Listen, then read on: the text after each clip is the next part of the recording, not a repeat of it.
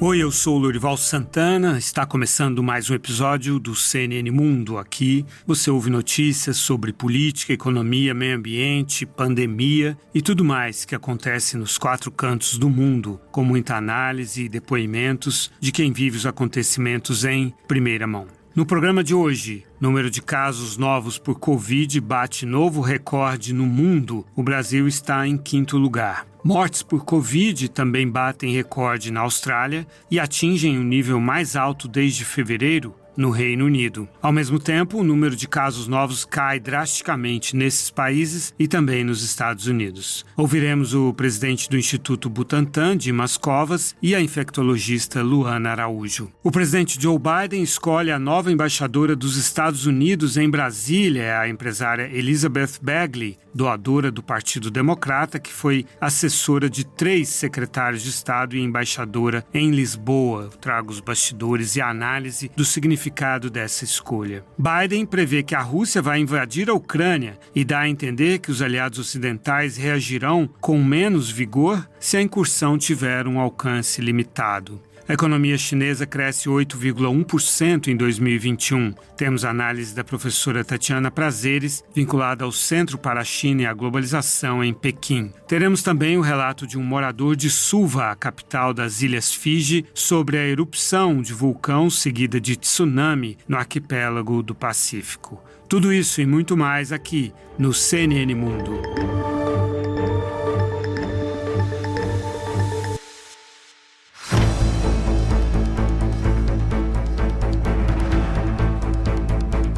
O mundo bateu mais um recorde nesta quarta-feira, com 3.790.000 casos novos de Covid em 24 horas. O dado é da plataforma Nosso Mundo em Dados, da Universidade de Oxford. O recorde anterior, de uma semana antes, eram 3.700.000 casos novos diários. O país com mais casos novos registrados continua sendo os Estados Unidos, com 979.000 casos, seguido da Índia com 317.000, Israel com 243.000, Itália com 200.000 e Brasil com 195.000. Aqui você vê que tem países que têm um alto índice de vacinação, como Israel e o próprio Brasil. Mas nós estamos falando de casos novos diários, não necessariamente de pessoas que tenham sido hospitalizadas ou que venham a morrer. Casos novos, a Omicron realmente produz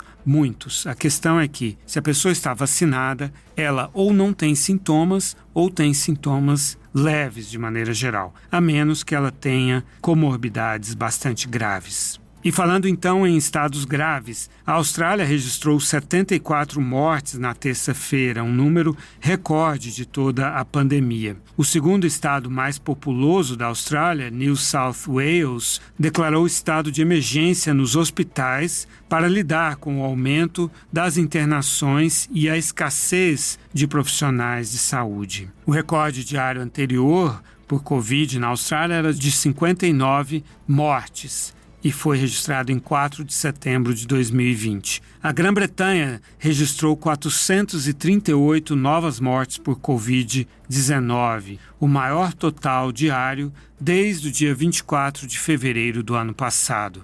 Então, de novo, você tem um número estatisticamente menor de casos graves e de mortes estatisticamente, porque se você compara com a base de números de casos novos, que é muito grande, mas como há contaminação de muita gente, acaba contagiando pessoas não vacinadas ou pessoas com comorbidades, com problemas de imunidade e acaba produzindo um número elevado de mortes em termos absolutos. Mas a curva da Omicron, ela é bastante fechada, o ângulo dela é bastante fechado. Imagine a letra V de cabeça para baixo com um ângulo muito fechado. Então tem uma subida muito drástica e também uma queda muito drástica nos números de casos. Na Austrália, por exemplo, os casos novos diários atingiram 175.000 no dia 12 e caíram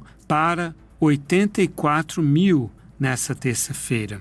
No Reino Unido, atingiram 219 mil casos no dia 4 e 88 mil na terça-feira. Estados Unidos, 1.434.000 casos no pico no dia 10 e na terça-feira 712 mil, portanto, a metade nos 3 países. As mortes ocorrem 1 ou 2 semanas depois dos diagnósticos. A Omicron, como eu disse, é menos letal, porque atinge as vias respiratórias superiores e porque a maioria da população está vacinada, mas ela é muito transmissível e, por isso, ela acaba causando mais mortes em termos absolutos. O secretário-geral da ONU, Antônio Guterres, fez um apelo para que os países ricos invertam as suas prioridades em relação à vacinação. Num vídeo gravado para o Fórum Econômico Mundial de Davos, ele disse que, em vez de investir nas doses de reforços, é preciso garantir o cumprimento da meta da OMS de atingir a vacinação de 70% da população de todos os países até meados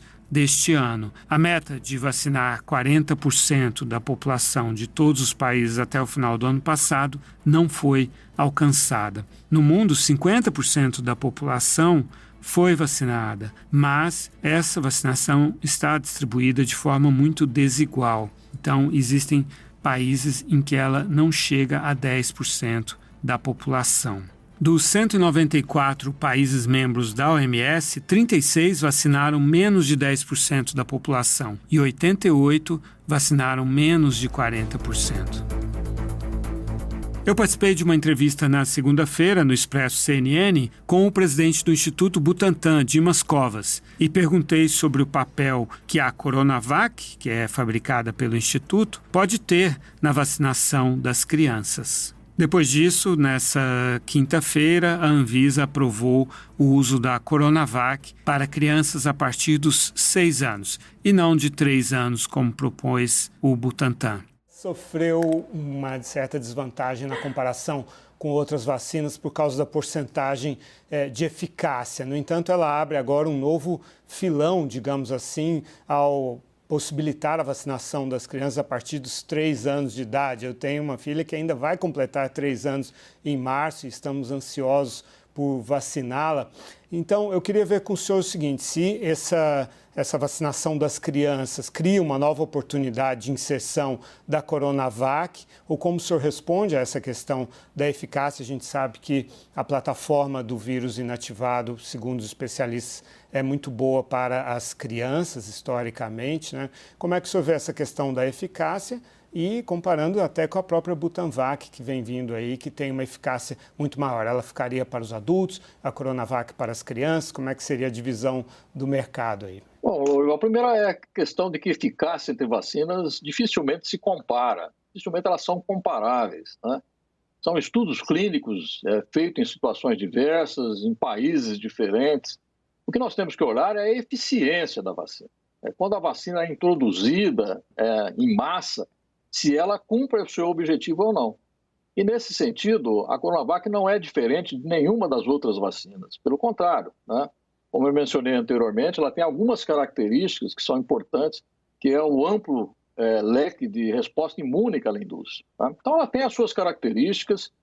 É uma vacina que, quando utilizada largamente, demonstrou que ela reduz significativamente número de óbitos, número de internações, inclusive aqui no Brasil, com um estudo controlado, um único estudo controlado publicado até esse momento, em termos de eficiência, né, que foi o estudo de Serrana, que está na fase final de sua execução, já na sua 4ª fase, né, estão demonstrando um excelente perfil de segurança e um excelente perfil de eficiência. Quer dizer, uma vacina que, de fato, fez a diferença aqui no Brasil, juntamente com as demais. Tá? Eu acho que essa questão é uma questão, nesse momento, superada. Tá? Eu acho que nós temos aqui continuar olhando, nesse momento, para o momento presente. Nós estamos aí no meio de uma nova onda, epidêmica, agora já com essa variante Ômicron, que tem possivelmente o potencial de bater o recorde de número de casos. Né? Isso já está acontecendo no mundo. O mundo, nesse momento, bate o recorde de número de casos. Felizmente, as vacinas estão segurando o número de óbitos, tá? Estão segurando as mortes. Tá? O número de internações, nem tanto, né? Nós temos muitas internações ao redor do mundo, inclusive sistemas de saúde já sendo ameaçados, como o sistema de saúde americano. Tá? Esperamos que isso não aconteça aqui no Brasil, porque nós estamos exatamente no início dessa subida. Nós estamos no início da subida de casos, e isso vai acontecer nessa semana, na semana que vem, no próximo mês, certamente ainda vamos ter um aumento significativo do número de casos. Mas vamos torcer para que o número de óbitos permaneça estável e que não tenha o impacto dessa variante. Então, esse é um ponto importante, né? Um ponto importante que a vacina tem. As vacinas, de uma forma geral, têm resistido e a Coronavac tem demonstrado esse seu grande papel aqui no Brasil e no mundo. Nós conversamos também no Expresso CNN com a infectologista Luana Araújo sobre as objeções dos que não querem se vacinar. Boa noite, doutora Luana. Eu acho que a maior tarefa que a gente tem agora é responder aquelas pessoas que ainda têm dúvidas e objeções às vacinas, para poder alcançar esse 100% aí que a senhora se referiu. E eu tenho trabalhado muito nisso, em ouvir as pessoas para entender essas objeções. Uma delas é com relação a esse verbo que está aí na nossa tarja, imuniza, o verbo imunizar. As pessoas dizem o seguinte: ora, se num cruzeiro em que todos estavam vacinados, teve gente que testou positivo, então como que essa vacina imuniza, né? Era um cruzeiro com 4.813 passageiros e foram 45 que testaram positivo, menos de 1%. Mas existem muitos outros casos em que as pessoas colocam essa objeção. Não, se está transmitindo vírus, se está testando positivo, então não está imunizado, mesmo com 2 doses. No caso de Israel, foi divulgado hoje um estudo com a quarta dose, e alguns dos médicos, são 154 médicos, alguns testaram positivo, tiveram sintomas leves ou nenhum. Então, podíamos explicar para as pessoas o que é imunizar, até onde a gente consegue chegar com as vacinas. Boa noite, Florival. Olha, são 2 longos anos tentando explicar isso para as pessoas, né? E toda hora acontece alguma coisa que as pessoas recrudescem nessa compreensão e a gente parece que começa do zero de novo. Imunizar é um verbo que é mal colocado nessa circunstância, porque dá a ideia para as pessoas de que as vacinas são 100%.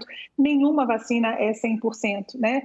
Principalmente quando a gente fala de um vírus extremamente transmissível, que, por ser extremamente transmissível e essa história, na verdade, se retroalimenta, ele consegue escapar dessas vacinas. Então, deixa eu tentar colocar isso de uma forma que as pessoas em casa consigam entender. Quando o vírus selvagem apareceu, a gente logo conseguiu essas vacinas que foram feitas em cima dele. E com isso a gente tinha um altíssimo nível de proteção, tanto para caso quanto para óbitos, né, para desfechos mais graves.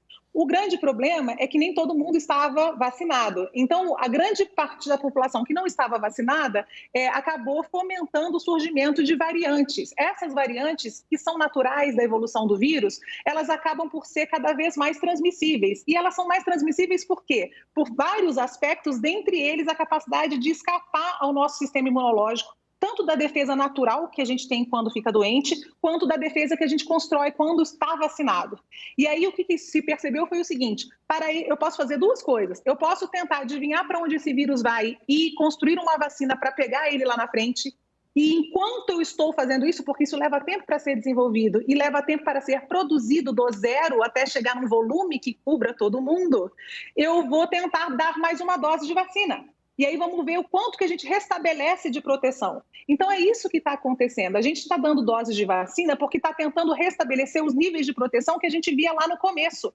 Mas isso nunca vai ser 100%, porque nada é 100%. Um cinto de segurança não é 100%, né? E a gente está nesse processo. Essa é uma grande dificuldade que eu espero que as pessoas agora entendam um pouquinho melhor. Dos 194 países que são membros da OMS, vacinaram menos de 10% da população e 88% vacinaram menos de 40%.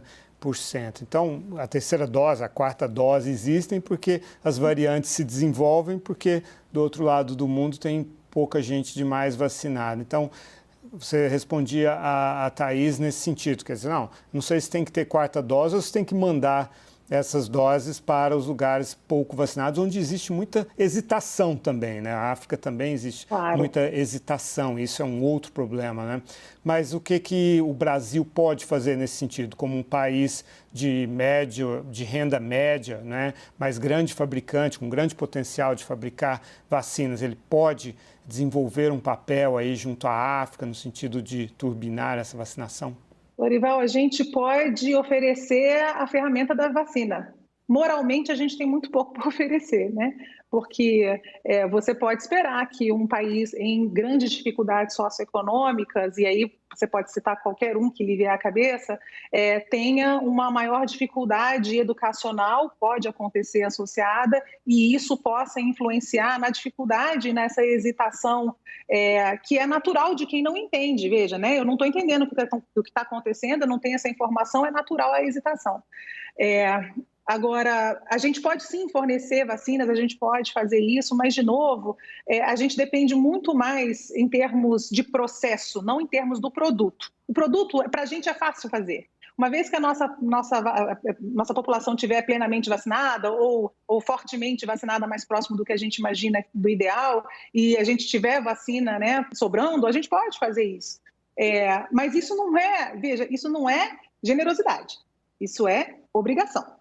Né? Ponto. Isso posto, essa parte moral do processo, de como é que a gente ajuda a sobrepujar essa hesitação, como é que a gente ajuda os sistemas a se fortalecerem, né? Porque o fortalecimento do sistema de saúde nesses lugares é imprescindível. Isso, infelizmente, está dependendo mais de iniciativas individuais, não oficiais, né? De terceiro setor, ou universitárias, ou de educação, do que propriamente do nosso sistema de saúde pública, que também poderia exercer esse papel de exportar a tecnologia do SUS, do sistema de saúde, para ajudar a desenvolver e fortalecer sistemas de saúde ao redor do mundo.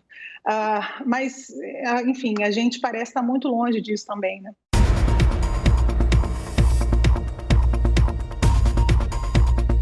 O governo americano planeja distribuir gratuitamente, a partir do final da próxima semana, 400 milhões de máscaras do tipo N95 em dezenas de milhares de farmácias, milhares de centros comunitários e outros locais em todo o país. As autoridades de saúde, não só nos Estados Unidos, mas em vários países, inclusive aqui no Brasil, estão recomendando não usar mais as máscaras de tecido e aderir a essas máscaras que protegem melhor, já que a Omicron é bem mais transmissível do que as variantes anteriores. Bom, e a relutância do Novak Djokovic em se vacinar contra a Covid ganhou um novo significado nessa quarta-feira, com a revelação de que o tenista sérvio adquiriu 80% de participação no laboratório dinamarquês Quant Bio-Res, que desenvolve medicamentos contra a Covid. O laboratório não fabrica vacinas, fabrica medicamentos para pessoas que desenvolvem as formas mais graves da Covid. Isso foi o que revelou o CEO da empresa à agência Reuters. O CEO se chama Ivan Lonkarevich e disse que a aquisição da participação de 80% pelo tenista foi feita em junho de 2020. Se recusou a dizer quanto custou. A empresa está desenvolvendo um peptídeo que inibe o coronavírus de infectar a célula humana e espera lançar testes clínicos no Reino Unido em meados deste ano. O Djokovic foi desclassificado do torneio da Austrália por não ter tomado a vacina e, pela mesma razão, não deverá participar de Roland Garros, na França, em maio e junho deste ano. O presidente Joe Biden escolheu a empresária Elizabeth Frawley Bagley para ser a nova embaixadora dos Estados Unidos em Brasília. É uma escolha muito interessante porque normalmente as embaixadas americanas são chefiadas ou por diplomatas de carreira que não têm muito trânsito político ou por grandes doadores do partido do presidente, que não tem experiência diplomática. Pois bem, a Elizabeth Bagley é uma combinação das duas coisas. Como doadora do Partido Democrata, ela tem bastante trânsito político e tem experiência diplomática também. Ela foi assessora de 3 secretários de Estado, Madeleine Albright, John Kerry e Hillary Clinton. Além disso, foi representante especial para a Assembleia Geral da ONU e embaixadora em Portugal. Na época, quem trabalhou com ela foi o atual cônsul dos Estados Unidos em São Paulo, David Hodge, o que significa que haverá uma boa sinergia entre a embaixadora em Brasília e o cônsul da principal cidade do Brasil. A Bagley também conheceu bem o atual secretário-geral da ONU, Antônio Guterres, que na época em que ela era embaixadora em Lisboa, era primeiro-ministro de Portugal. Bom, a escolha de uma pessoa tão qualificada indica que o Joe Biden dá grande importância para as relações com o Brasil. São relações delicadas neste momento de governo de Jair Bolsonaro e poderá haver uma transição, né? Pode ser que o Palácio do Planalto mude de titular a partir de janeiro do ano que vem. Então, com tudo isso, Joe Biden escolheu a dedo alguém com experiência diplomática e com trânsito político para conduzir as relações dos Estados Unidos com o Brasil. A Bagley é dona de uma empresa de telefonia celular, a Cellular One, que atua no Arizona e no Novo México, e é viúva do herdeiro da companhia Reynolds, uma gigante do setor do tabaco nos Estados Unidos. O nome dela precisa ser aprovado pelo Senado americano e isso pode levar de 3 a 5 meses, mas as minhas fontes nos Estados Unidos dizem que não esperam que haverá problemas para a aceitação do nome dela. O governo de Joe Biden completou 1 ano nessa quinta-feira, com mais um fracasso. Os democratas não conseguiram derrubar a regra de obstrução no Senado para uma votação excepcional de 2 projetos que impedem leis estaduais de dificultar o acesso ao voto. A medida de derrubada da obstrução precisava de maioria simples, mas os senadores democratas moderados Joe Manchin e Kyrsten Sinema se colocaram contra essa isenção especial, assim como os 50 senadores republicanos. O Biden havia prometido fazer todo o possível para aprovar essas leis federais que garantem o acesso ao voto. E esse foi só mais um dos problemas desse primeiro ano de governo dele. A peça central da agenda econômica, social e ambiental do Biden, o Build Back Better, construir de volta e melhor, também não foi aprovado. Foi aprovado na Câmara dos Deputados, com a maioria sim que os democratas têm lá, mas não no Senado até agora. O pacote inicialmente tinha 3,5 trilhões de dólares, foi reduzido a 1 trilhão e 750 bilhões de dólares, mas, de novo, conta com a resistência dos senadores Joe Manchin e Kyrsten Sinema e dos senadores republicanos. Agora, os congressistas americanos e o próprio Joe Biden estão pensando em fatiar o Build Back Better para aprovar algumas coisas que são mais consensuais, como, por exemplo, uma medida para reduzir os custos dos remédios que são prescritos pelos médicos. Também retomar aquele programa de isenção fiscal para famílias que têm filhos, que estavam aí rendendo, em média, cerca de $200 por mês para famílias mais pobres. Coisas assim podem ser aprovadas no Congresso.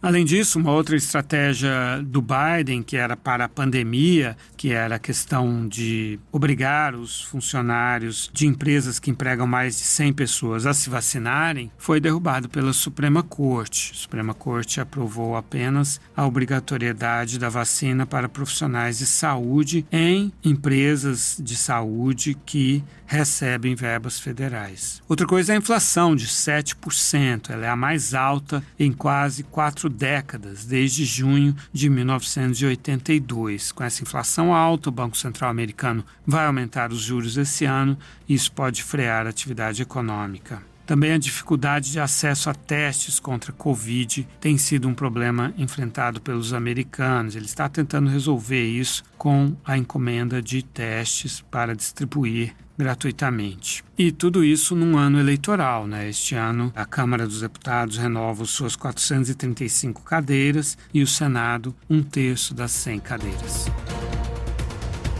O presidente Joe Biden marcou esse primeiro ano de governo com uma entrevista coletiva que durou quase 2 horas, na véspera de completar um ano, no dia 19, na quarta-feira. E nessa coletiva, Biden fez uma declaração sobre as tensões na fronteira entre a Rússia e a Ucrânia que causou bastante preocupação e repercussão. Biden disse: "Uma coisa é se for uma pequena incursão e acabarmos tendo que lutar sobre o que fazer e o que não fazer. Mas se eles realmente fizerem o que são capazes de fazer com as forças acumuladas na fronteira, será um desastre para a Rússia se eles invadirem ainda mais a Ucrânia." Daí os repórteres perguntaram o que ele queria dizer com uma pequena incursão e disse que existe uma diferença entre forças russas cruzando a fronteira, matando combatentes ucranianos e que há diferenças na OTAN quanto ao que os países estão dispostos a fazer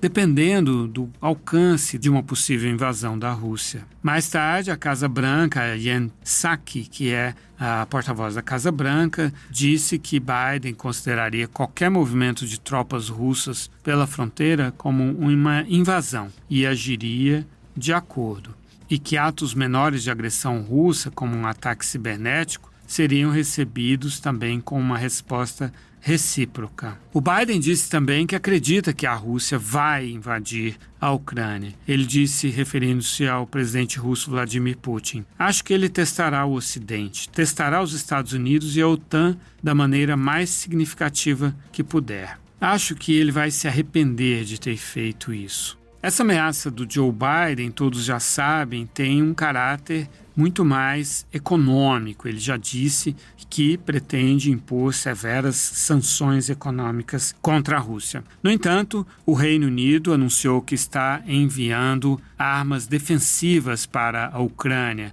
São principalmente sistemas de armas leves, antitanques. Também os 3 países bálticos, a Lituânia, Letônia e Estônia, estão enviando esse tipo de armas para a Ucrânia. Além disso, começaram a chegar equipamentos na Belarus, equipamentos russos para exercícios militares na Belarus, que estão marcados para os dias 10 a 20 de fevereiro. São tanques que estão chegando de trem e veículos blindados também, que vão se concentrar ali na Belarus, na fronteira com o lado norte da Ucrânia. O ditador da Belarus, Alexander Lukashenko, justificou dizendo que a Ucrânia concentra soldados na fronteira com a Belarus e também a Polônia e os países bálticos. E, de fato, existem 8.500 soldados ucranianos na fronteira com a Belarus desde novembro, além de 30.000 soldados poloneses e dos países bálticos. Mas tudo isso foi enviado porque o Lukashenko havia promovido a chegada de 3.000 a 4.000 imigrantes à Belarus, sobretudo do Iraque, e havia permitido e incentivado que eles fossem até a fronteira com a Polônia, se concentraram lá para intimidar a União Europeia, para convencê-la a retirar as sanções que foram impostas à Belarus por causa da repressão da ditadura de Lukashenko contra a oposição. Então é interessante ver como as peças desse tabuleiro vão se movendo, uma coisa leva à outra. Enquanto isso, os Estados Unidos estão num esforço frenético de diplomacia. O Antony Blinken, secretário de Estado americano, se reuniu na quarta-feira com o presidente da Ucrânia, Volodymyr Zelensky. Depois foi a Berlim se reunir com a ministra das Relações Exteriores da Alemanha, Annalena Baerbock, que por sua vez tinha se reunido com o chanceler russo Sergei Lavrov. Depois dessa reunião, a Baerbock fez uma declaração bastante significativa. Ela disse que a concentração de tropas russas perto da Ucrânia não tem razão compreensível e é difícil não tomá-la como uma ameaça. E disse assim: "Não haverá segurança em nosso lar europeu conjunto se não houver regras nas quais todos possam confiar, e não temos escolha a não ser segui-las, mesmo que haja um alto preço econômico." Isso é significativo porque havia uma dúvida sobre se a Alemanha iria até o fim no projeto do Biden de asfixiar economicamente a Rússia. Por quê? Porque a Rússia e a Alemanha acabam de construir um gasoduto, Nord Stream 2, para fornecer gás da Rússia para a Europa. 1/3 do gás consumido pela Europa vem da Rússia. Além disso, as empresas alemãs têm negócios importantes com a Rússia. Então, por exemplo, cortar os laços da Rússia com o sistema SWIFT de transferências bancárias afetaria não só a Rússia, mas as empresas europeias. Essa declaração da nova ministra das Relações Exteriores da Alemanha, no entanto, deixa claro que a Alemanha pode apoiar os Estados Unidos nessa pressão econômica contra a Rússia, caso haja uma invasão da Ucrânia. Ainda sobre esse assunto, a inteligência dos Estados Unidos e da Ucrânia afirmou ter interceptado conversas entre comandantes russos que indicam que eles estariam preparando uma operação de bandeira falsa, ou seja, simular um ataque ucraniano contra forças russas para justificar uma invasão ou um golpe contra o presidente Zelensky em Kiev. A Rússia nega que esteja planejando essas ações. A economia chinesa cresceu 8,1% em 2021. No último trimestre do ano, houve uma desaceleração. O crescimento foi impulsionado pelas exportações, sobretudo dos eletroeletrônicos, consumidos maciçamente durante a pandemia, quando as pessoas passaram mais tempo em casa. Em 2020, o crescimento da China tinha sido de apenas 2%, em razão da paralisia econômica que tomou conta da China e de todo o mundo. A partir de 2007, quando o PIB chinês teve o crescimento estratosférico de 14%, a economia da China vem desacelerando, com um crescimento impulsionado menos pelas exportações e mais pelo mercado interno. O PIB chinês cresceu 7% em 2018 e 6% em 2019. Vamos chamar para essa conversa a professora Tatiana Prazeres, vinculada ao Centro para a China e a Globalização, em Pequim.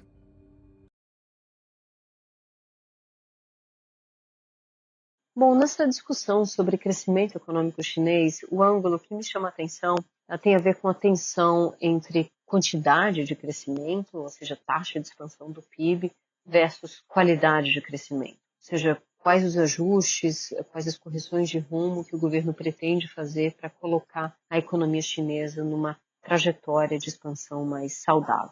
Essa discussão sobre quantidade versus qualidade ganhou contornos muito concretos no ano passado, quando as autoridades voltaram a colocar ênfase em prosperidade comum. Prosperidade comum acho que foi o jargão do ano na China, né, no ano passado. Isso tem a ver com distribuição de renda, com fortalecimento da classe média. Eles falam em conduzir a sociedade chinesa a uma sociedade em formato de azeitona. Ou seja, eles querem extremidades e base pequena e um corpo robusto, uma classe média grande. Bom, com esse objetivo, eles adotaram uma série de medidas na área de tecnologia, de educação privada, setor imobiliário, combate a oligopólios, enfim, uma série de políticas e regulações. Houve um festival regulatório que atingiu em cheio empresas que eram basicamente tratadas como queridinhas nacionais. Empresas chinesas perderam $1 trilhão, mais de $1 trilhão em valor de mercado no ano passado, em função das medidas adotadas pelo próprio governo, né? E Xi Jinping, nesta semana em Davos, voltou a falar de prosperidade comum. Acho que a mensagem é basicamente de que a China está disposta, sim, a sacrifícios de curto prazo, de olho em ganhos de longo prazo. Muitos analistas se perguntam se a China não estaria matando as galinhas dos ovos de ouro, por assim dizer, conferir esse tipo de tratamento a empresas que, no fundo, atuam como motor da economia nacional. Mas, enfim, esse é o debate a respeito dos rumos da economia chinesa nesse momento. E o que é interessante é que também, neste momento, nessa semana, divulgaram-se os dados de crescimento do PIB na China. Então, vale a pena olhar esses números com um pouquinho de atenção. A economia chinesa cresceu 8,1% em 2021. O número impressiona, mas as análises, digamos, tiveram um viés de baixa, porque houve uma desaceleração da economia no último trimestre. A economia cresceu só 4%, em função de restrições associadas à pandemia, a problemas, né, associados ao setor imobiliário, e isso lança dúvidas sobre o crescimento em 2022. Né? Eu acho que o mercado estima um crescimento entre 5% e 5,5%, o que é muito diferente das taxas exuberantes de 2 dígitos de crescimento do PIB que a China experimentou no passado.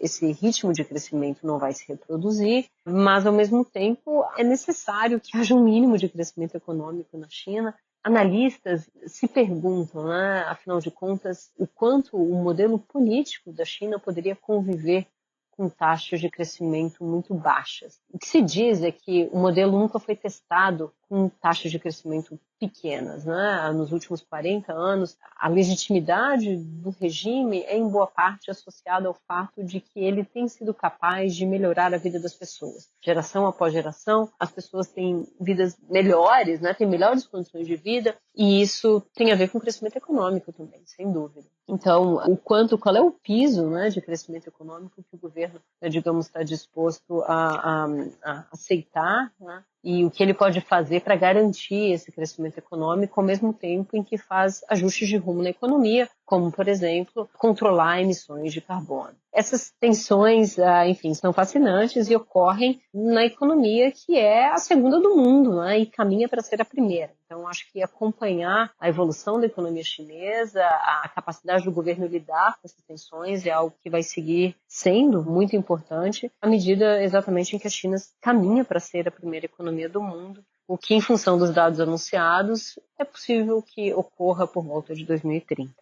O presidente da China, Xi Jinping, gravou um vídeo para o Fórum Econômico Mundial de Davos, no qual expressou suas preocupações. Xi Jinping disse: precisamos resolver vários riscos e promover a recuperação estável da economia mundial. As cadeias industriais e de suprimentos globais foram interrompidas, os preços das commodities continuam subindo, fornecimento de energia continua apertado. Esses riscos se somam e aumentam a incerteza sobre a recuperação econômica. Fecha aspas. Xi Jinping alertou para as consequências catastróficas de possíveis confrontos entre grandes potências. Ele não citou o nome do Joe Biden, mas criticou o que ele chamou de a extensão do conceito de segurança nacional para tentar deter o desenvolvimento de outros países. Ou seja, ele está preocupado com essa tendência do presidente americano de querer mudar as cadeias de valor para diminuir a influência econômica da China. E também está buscando reduzir a instabilidade econômica e das relações internacionais no momento em que ele se prepara para assegurar o seu terceiro mandato de 5 anos, o que é novo, né? Há décadas que a China estava restringindo os mandatos presidenciais a 2 mandatos de 5 anos. Ele mudou a lei para poder se manter indefinidamente no poder. Isso gera tensões e ele gostaria de ter um mundo mais calmo para pavimentar o seu caminho rumo à permanência por tempo indefinido no poder. Ao menos 3 pessoas morreram com o tsunami causado pela erupção de um vulcão submarino nas ilhas de Tonga, no Oceano Pacífico, no sábado, dia 15. Todas as casas de uma das ilhas do arquipélago foram destruídas. De acordo com o governo, morreram uma mulher de 65 anos, moradora da ilha de Mango, um homem de 49 anos, que estava na ilha de Nomuka, e uma britânica de 50 anos, que morreu enquanto tentava salvar seus cachorros. O arquipélago, formado por 170 ilhas, está coberto das cinzas tóxicas lançadas durante a erupção do vulcão submarino Hunga Tonga Hunga Rapai. As cinzas ameaçam envenenar as fontes de água potável do arquipélago. Ondas de ao menos 1 metro de altura atingiram as edificações e arrastaram carros. A gente ouve agora o relato de Kirk Matthew Corey, direto de Suva, a capital de Fiji. O meu nome é Kirk, sou da ilha de Fiji, gerente da estação de serviço e moro em Suva, a capital de Fiji. No sábado, dia 15 de janeiro, por volta das 5h30 da tarde, eu estava em casa com a minha família. Estava cochilando com a porta fechada e por volta deste horário a porta começou a tremer. No começo achei que fossem meus filhos brincando. Quando acordei, fui abrir a porta e ouvi a minha esposa me chamar, perguntando se estava tudo bem, pois ela achou que eu estava batendo a porta. Mas quando abri, não havia ninguém do outro lado. E quando fechei novamente, ela tremia violentamente. E eu pude sentir as paredes balançando bastante. E vi que a casa balançava muito. Peguei meus filhos e minha esposa e fomos para outra parte da casa, onde vimos meu pai. E ele percebeu que tudo balançava. Então decidimos sair por segurança. Quando saímos, conseguíamos ouvir estrondos muito altos, como trovões ou bombas, tudo com um tremor constante. Foi muito estranho, porque sabemos como trovões são, mas não havia raios, então começamos a receber mensagens de amigos de outras partes de Fiji. E enquanto estávamos confusos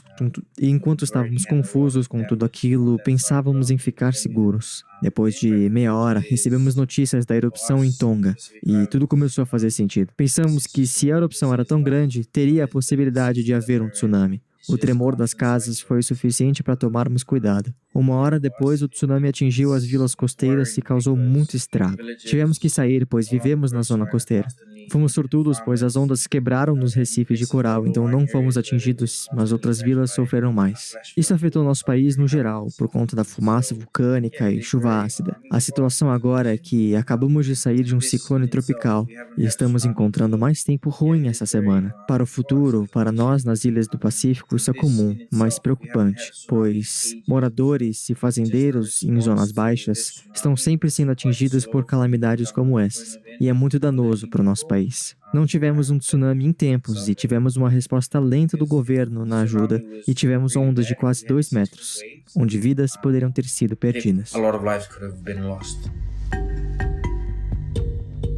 O Papa Emérito Bento XVI não tomou providências diante de denúncias de pedofilia cometida por padres contra 4 meninos quando ele era arcebispo de Munique. Foi o que concluiu uma investigação independente encomendada pela Arquidiocese de Munique e realizada pelo escritório de advocacia alemão Westphal Spilker Wastel. O então cardeal Josef Ratzinger foi arcebispo de Munique entre 1977 e 1982. Bento XVI nega as acusações.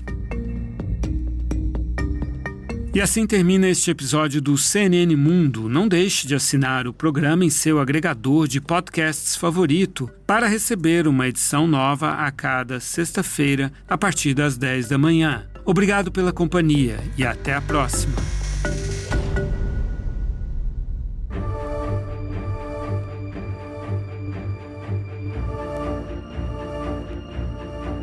Com a apresentação de Lourival Santana, este podcast foi produzido pela Maremoto para CNN Brasil. Pauta, apresentação e produção, Lourival Santana. Pesquisa de sonoras, Lucas Scherer. Edição e sonorização, Nathan Kleiman. Coordenação geral, Paula Weinberg e Felipe Gomes. Coordenação de produto, Verônica Schneider. Coordenação editorial, Diego Toledo. Você também pode ouvir o CNN Mundo no site da CNN Brasil. E aproveite para conhecer os nossos outros programas em áudio. Acesse cnnbrasil.com.br/podcasts.